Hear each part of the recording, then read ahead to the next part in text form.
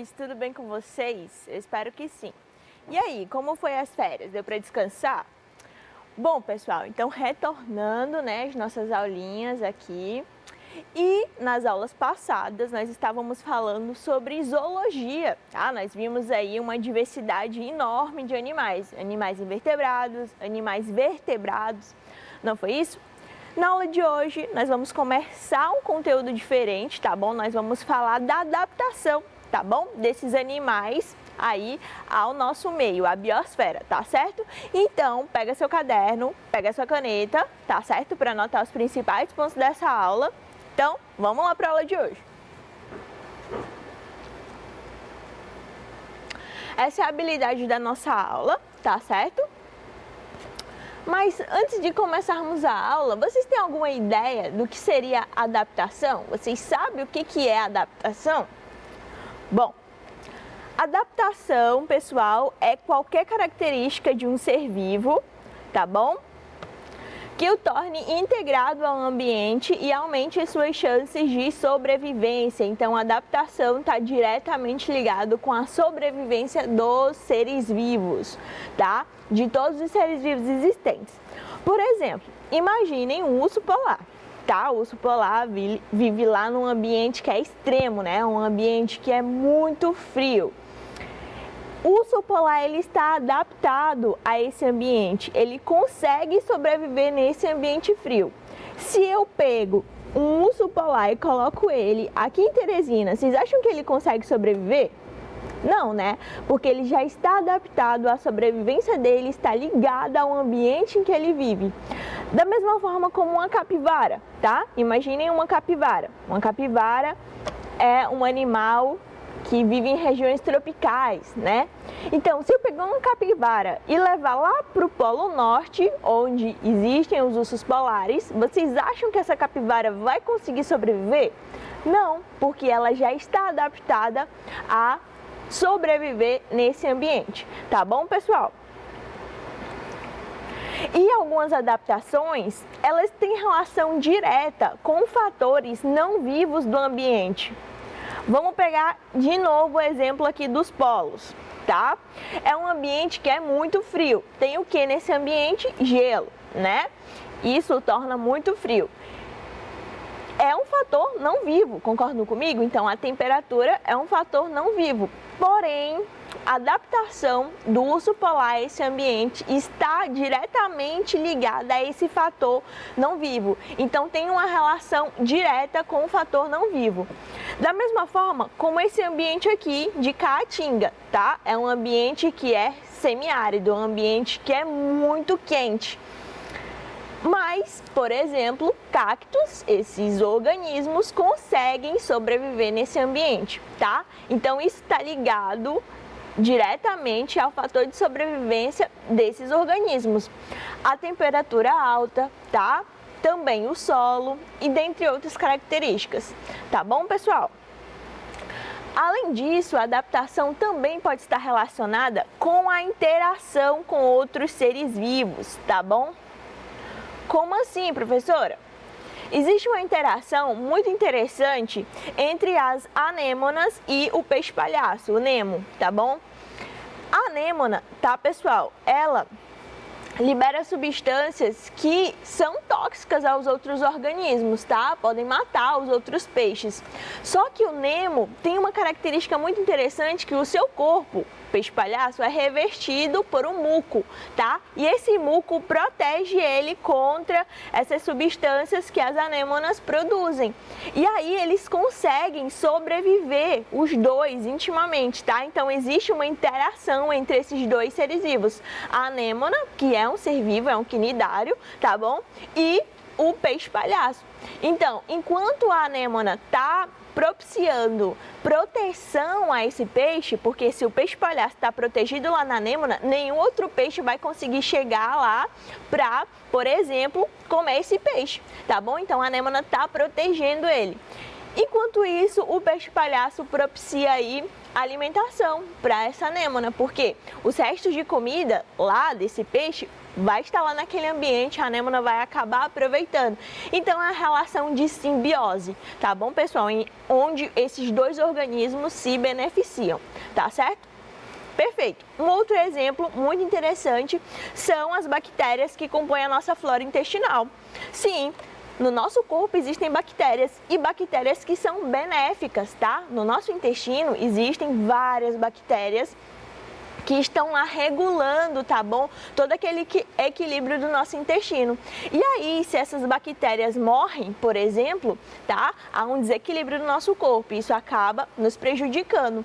Então, enquanto nós estamos sendo beneficiados por essas bactérias, tá? Que elas não permitem que outros patógenos, por exemplo, outras bactérias que são maléficas ao nosso organismo, cheguem lá e acabe ocupando aquele ambiente. Elas não permitem isso, então elas estão nos trazendo proteção.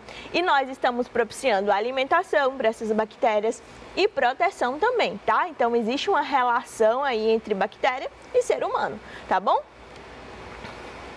E existem também adaptações que estão ligadas à obtenção de energia. E essa obtenção de energia está diretamente ligada aí com a sobrevivência desses organismos, tá bom? Isso vai influenciar diretamente na reprodução e na propagação da espécie. Por exemplo, um exemplo de obtenção de energia. Essa leoa aqui predando essa zebra, tá? Isso está relacionado diretamente à obtenção de energia, tá bom, pessoal? Então, é um nutriente para esse outro animal. Adaptação ligada diretamente à reprodução. Vocês lembram quando eu falei dos anfíbios, que eles tinham que voltar para a água para se reproduzir? Isso é uma característica adaptativa desses animais, tá bom? Então, isso está relacionado com a reprodução. E se está relacionado com a reprodução, está diretamente relacionado com a propagação da espécie, tá bom? Então, os anfíbios, os sapinhos, precisam voltar para a água para se reproduzir. É uma característica adaptativa ligada à reprodução, tá bom? Então, vamos continuar. Bom, pessoal, existe um ponto muito importante sobre adaptação que vocês precisam saber, que é que a adaptação ela não acontece para satisfazer a necessidade de um organismo. Não é porque um animal está lá naquele ambiente que ele fala, vou me adaptar a esse ambiente. Não, tá bom, pessoal? A adaptação ela não ocorre ao longo da vida de um organismo. Por exemplo, imaginem nós, seres humanos, eu, professora Débora, tá bom? Ao longo da minha vida, eu falo assim, vou resolver me adaptar a esse ambiente. Não, não é assim que acontece, tá, pessoal? A adaptação faz parte de um processo denominado de evolução, que acontece ao longo das gerações. Então, a evolução é um processo que acontece de muito tempo. Não é da hora para outra, tá certo? Então, eu quero que vocês entendam que leva tempo para um organismo se adaptar a um determinado ambiente, tá bom? Perfeito, então vamos continuar. Bom, e um conceito muito importante que está diretamente ligado com a adaptação é o conceito de ecossistema, tá? Em um ambiente, nós podemos encontrar fatores vivos, que eu já até falei para vocês, né? Que também são chamados de fatores bióticos, tá? Esse bio aqui vem de vida, então fatores vivos, tá? São fatores bióticos. Então, esses fatores bióticos são todos aqueles organismos que compõem aquela comunidade biológica, tá bom? Então, todos os organismos vivos existentes em um determinado ecossistema é um fator biótico. Como, por exemplo, as árvores. São organismos vivos? Sim, né? Então, as árvores fazem parte dos fatores bióticos, tá? As abelhas. Trouxe aqui um exemplo para vocês. As abelhas. São organismos vivos? Sim, né? Então, as abelhas também fazem parte aí dos fatores bióticos. Esse coelhinho é vivo? Sim, então também é um fator biótico, tá bom? Mas existem também nos ecossistemas fatores não vivos, que são chamados de fatores abióticos, tá? O A é um prefixo de negação, significa não, e bio, vida. Então, juntando os dois, significa aquilo que não tem vida, tá bom? Então, são os fatores não vivos, como, por exemplo, a luz, a água, o ar, a temperatura, o solo e diversos outros fatores. Tudo que não tem vida é um fator abiótico, tá bom? Então, por exemplo, a radiação solar tem vida? Não, mas é um fator que está diretamente relacionado com os ecossistemas. Então, é um fator abiótico, tá? A água também e assim sucessivamente, tá bom? Perfeito. Mas o que é ecossistema, professora? O ecossistema, pessoal, vai ser um conjunto de todos os fatores vivos e não vivos de uma determinada região. Então, por exemplo, imaginem aqui nesse ecossistema marinho, tá? Existem fatores não vivos aqui? Vocês poderiam me dizer um fator não vivo? Quem aí disse água? Isso, muito bem, a água é um fator não vivo.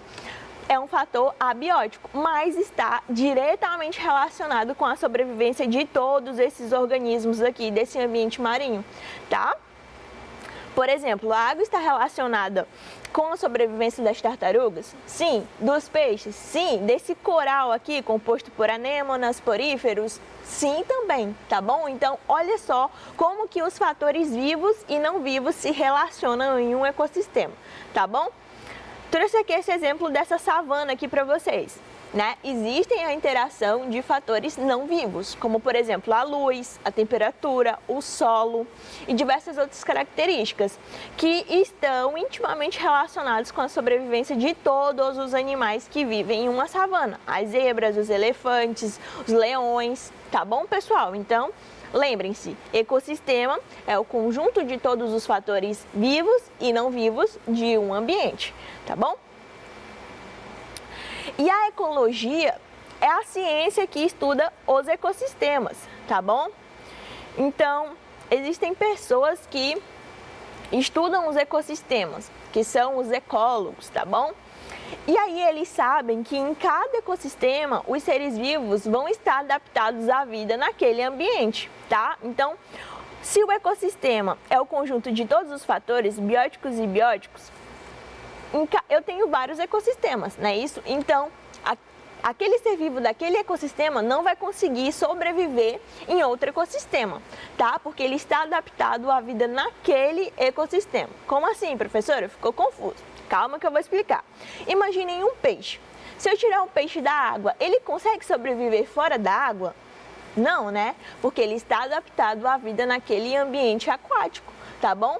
Da mesma forma, se eu colocar, por exemplo, um animal que seja terrestre para viver dentro da água, ele não vai conseguir sobreviver, porque ele está adaptado ao ambiente terrestre, tá bom? E pessoal, a adaptação, como eu já venho falando para vocês, ela depende de fatores, tá? Fatores vivos, fatores não vivos. Vamos começar a descobrir quais são esses fatores.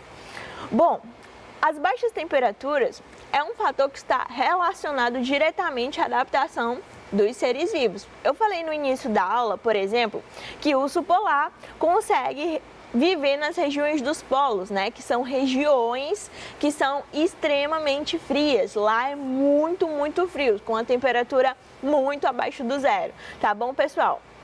Mas eles não conseguem sobreviver simplesmente porque eles estão lá naquele ambiente. Existe um longo processo de adaptação para esses seres. Então, eles possuem características adaptativas para aquele ambiente. Como, por exemplo, eles possuem uma grossa camada de gordura debaixo da pele, tá bom? Então, olha só aqui como que é a pele de um urso polar. Existe uma camada, essa camada aqui inteira, deixa eu circular para vocês observarem. Essa camada aqui inteira é só gordura, tá? E pelo.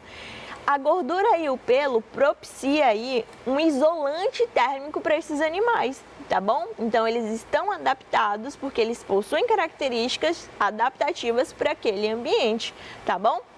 Além disso, pessoal, as aves, tá? No inverno bastante rigoroso, aves que são comuns em ambientes que são frios, elas costumam migrar procurando locais que são mais quentes. Então, elas sabem tá bom? Quando que aquele ambiente fica mais frio e elas devem migrar para outro ambiente. Quem aqui assiste Pica-Pau? Então, tem um episódio no Pica-Pau que mostra exatamente isso, tá?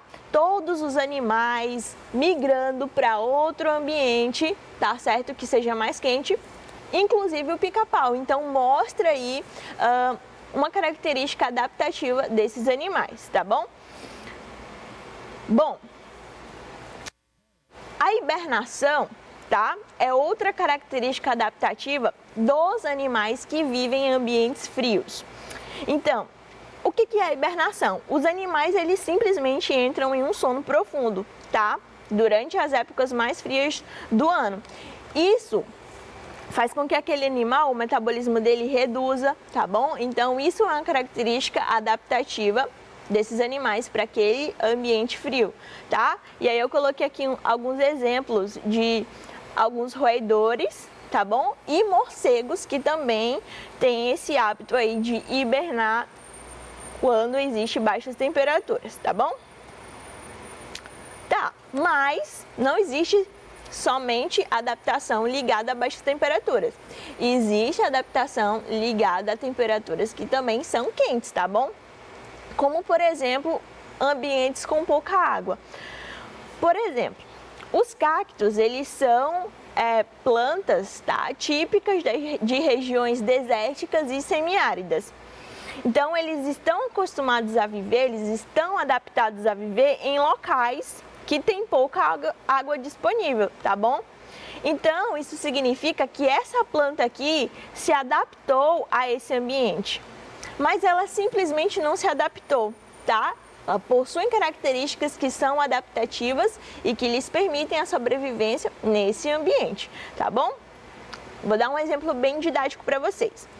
Quero que vocês respondam, tá bom? Imaginem camisetas estendidas no varal e camisetas que estão enroladinhas. Qual a camiseta que vai secar mais fácil? A camiseta que está estendida no varal ou a que está enrolada? A que está estendida, né? Consegue, a temperatura lá vai ser maior, então, consequentemente, essas camisetas vão perder água mais facilmente, vão secar mais facilmente do que as camisetas que estão enroladinhas. Então, se os cactos tivessem folhas assim, abertinhas, tá? Consequentemente, ele perderia água mais facilmente. É por isso que, ao longo de toda a adaptação dessas plantas, surgiram características que foram adaptativas para ambientes de clima que seja desértico ou semiárido, tá? Como, por exemplo, a presença de espinhos. Esses espinhos aqui são folhas modificadas nesses organismos, tá? Nessas plantas. Então, isso evita com que essas plantas, os cactos, perdam água mais facilmente, tá? Além disso, eles conseguem ter uma reserva de água muito grande, tá bom? Então, é por isso que no seu interior é mais assim, mais gordinho, tá bom? Isso porque esse organismo consegue armazenar água, tá bom? Um outro exemplo aí de adaptação em ambientes com pouca água, tá? Plantas do cerrado, que são aqui da nossa região, tá? Elas têm uma adaptação muito interessante, que é uma raiz enorme que consegue chegar lá no subsolo. Porque plantas do cerrado não costumam ter água mais superficial, tá? Devido a pouca chuva e outros fatores, tá bom? Então é por isso que elas têm raízes tão extensas que conseguem chegar lá no subsolo. Isso é uma adaptação para ambientes com pouca água, tá bom, pessoal? Perfeito. Então falamos aí da adaptação ligada a fatores que são não vivos. Existe adaptação ligada diretamente à alimentação. Por exemplo, existem animais que têm hábitos alimentares diferentes, não é isso? Nós vimos isso ao longo de todas as nossas aulas de zoologia. Existem animais que são herbívoros. O que isso significa? São animais que se alimentam de plantas. Por exemplo, a vaca se alimenta de quê? De planta. Então, a vaca é um animal herbívoro, tá bom? Existem animais que são carnívoros, tá? Que são animais que vão se alimentar de outros animais, como por exemplo os leões, tá? Eles se alimentam de outros animais, então eles são carnívoros. Existem animais que são onívoros, tá? O que isso quer dizer? Se alimentam tanto de plantas quanto de animais, como por exemplo nós, seres humanos, tá? Nós temos uma alimentação bem diversa, então nós somos onívoros, tá bom, pessoal? E o que isso tem a ver, professora? Bom, as plantas, elas têm uma peculiaridade. São organismos vivos que conseguem produzir o seu próprio alimento, tá? Através do processo de fotossíntese. Como que as plantas fazem isso? Elas conseguem captar a luz do sol, pegam o dióxido de carbono que está no ambiente juntamente com a água e transformam isso em oxigênio e glicose. A glicose é um açúcar e a planta utiliza a glicose lá para crescer e fazer todas as coisas que as plantas fazem, né? Crescer, se desenvolver, desenvolver frutos, blá blá blá. Então, ela utiliza a glicose que ela consegue produzir. Então, as plantas conseguem produzir seu próprio alimento, diferentemente dos outros seres vivos, tá bom? E aí essa característica adaptativa de cada ser relacionada à alimentação está ligada nos ecossistemas através de cadeias alimentares. E aí vão existir dois tipos de cadeias alimentares nos ecossistemas. As cadeias alimentares terrestres, que estão ligadas diretamente ao ambiente terrestre. Por exemplo, existe uma plantinha que ela é chamada de produtor. Por quê? As plantas conseguem produzir o seu próprio alimento. Então, a entrada de nutriente nos ecossistemas são pelas plantas, tá bom? E aí, um consumidor primário, tá? Por exemplo, esse grilinho aqui, se alimentam das plantas, tá bom? Então, ele vai pegar parte da energia aqui dessa planta para ele, tá? E aí, existe um consumidor secundário, que, como por exemplo, esse beija-flor que vai se alimentar desse grilo, tá? E aí vai existir um consumidor terciário, tá? Como por exemplo aqui esse gavião, tá? E aí no final daquela cadeia vai existir um organismo decompositor, tá? Esse organismo decompositor, ele é responsável, tá, por ciclar a matéria orgânica que foi proveniente de toda essa cadeia alimentar, tá bom? E aí, esse organismo decompositor, ele promove nutrientes para o organismo produtor, tá? Então, existe aí uma conexão, tá certo, pessoal? Existem também as cadeias alimentares aquáticas, tá? Nos ambientes aquáticos, tá bom? E aí, a entrada de energia nessas cadeias costumam vir do fitoplâncton, tá? O fitoplâncton são organismos que conseguem captar a luz do sol e realizar o processo de fotossíntese, como por exemplo algumas algas, tá? As algas conseguem fazer isso, então elas fazem parte do fitoplâncton.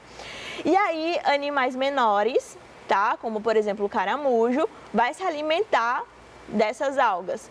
E aí peixes pequenos vão se alimentar do caramujo, peixes maiores vão se alimentar dos peixes pequenos, que vão servir de alimento para a garça. E por fim eu vou ter um decompositor que vai ciclar toda aquela matéria orgânica, tá bom? Mas nos ecossistemas, as cadeias alimentares, elas não acontecem de forma isolada não, tá? Elas acontecem de forma que existe uma conexão entre elas. E essa conexão nós chamamos de teias alimentares. Eu coloquei aqui um exemplo de uma teia alimentar para vocês observarem.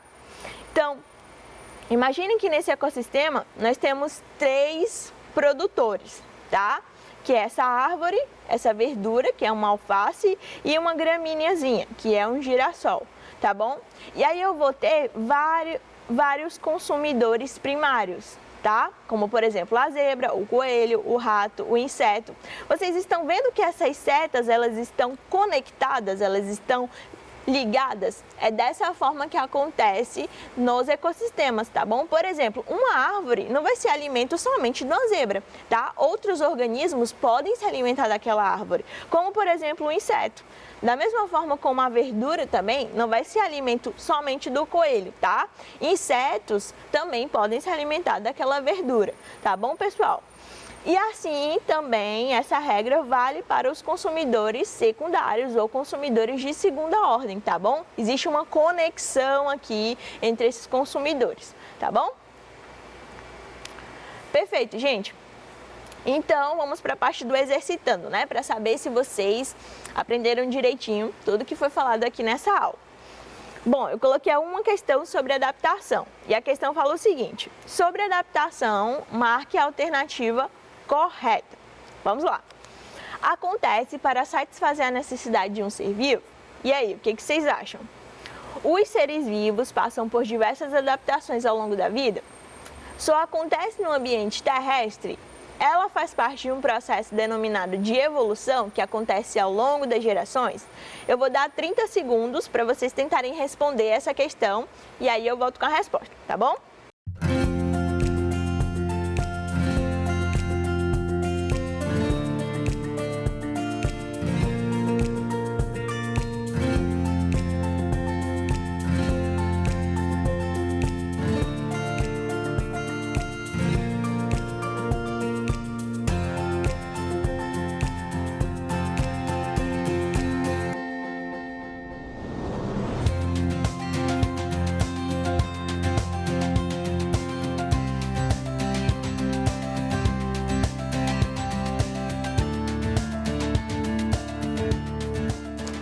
E aí, pessoal, qual alternativa vocês marcaram?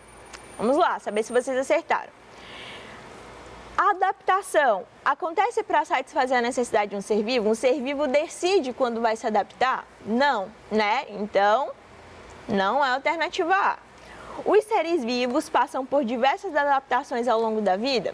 Você passa por diversas adaptações ao longo da sua vida? Não, né, pessoal? Existe um longo tempo para aquela adaptação acontecer. A adaptação só acontece em ambiente terrestre? Também não acontece em todos os ecossistemas. Ela faz parte de um processo denominado de evolução que acontece ao longo das gerações? Sim, tá bom, pessoal? A adaptação está ligada ao processo evolutivo das espécies, tá certo? E por fim, eu finalizo minha aula deixando essa reflexão aí com vocês, tá bom? Sobre ego e eco, que às vezes o ser humano se coloca no centro de tudo, mas a gente esquece que nós fazemos parte da natureza, nós fazemos parte dos ecossistemas. A natureza não depende da gente, nós que dependemos dela, tá bom, pessoal? Então foi isso, pessoal. Eu espero que vocês tenham gostado da aula de hoje. Forte abraço, um beijo e até a próxima aula.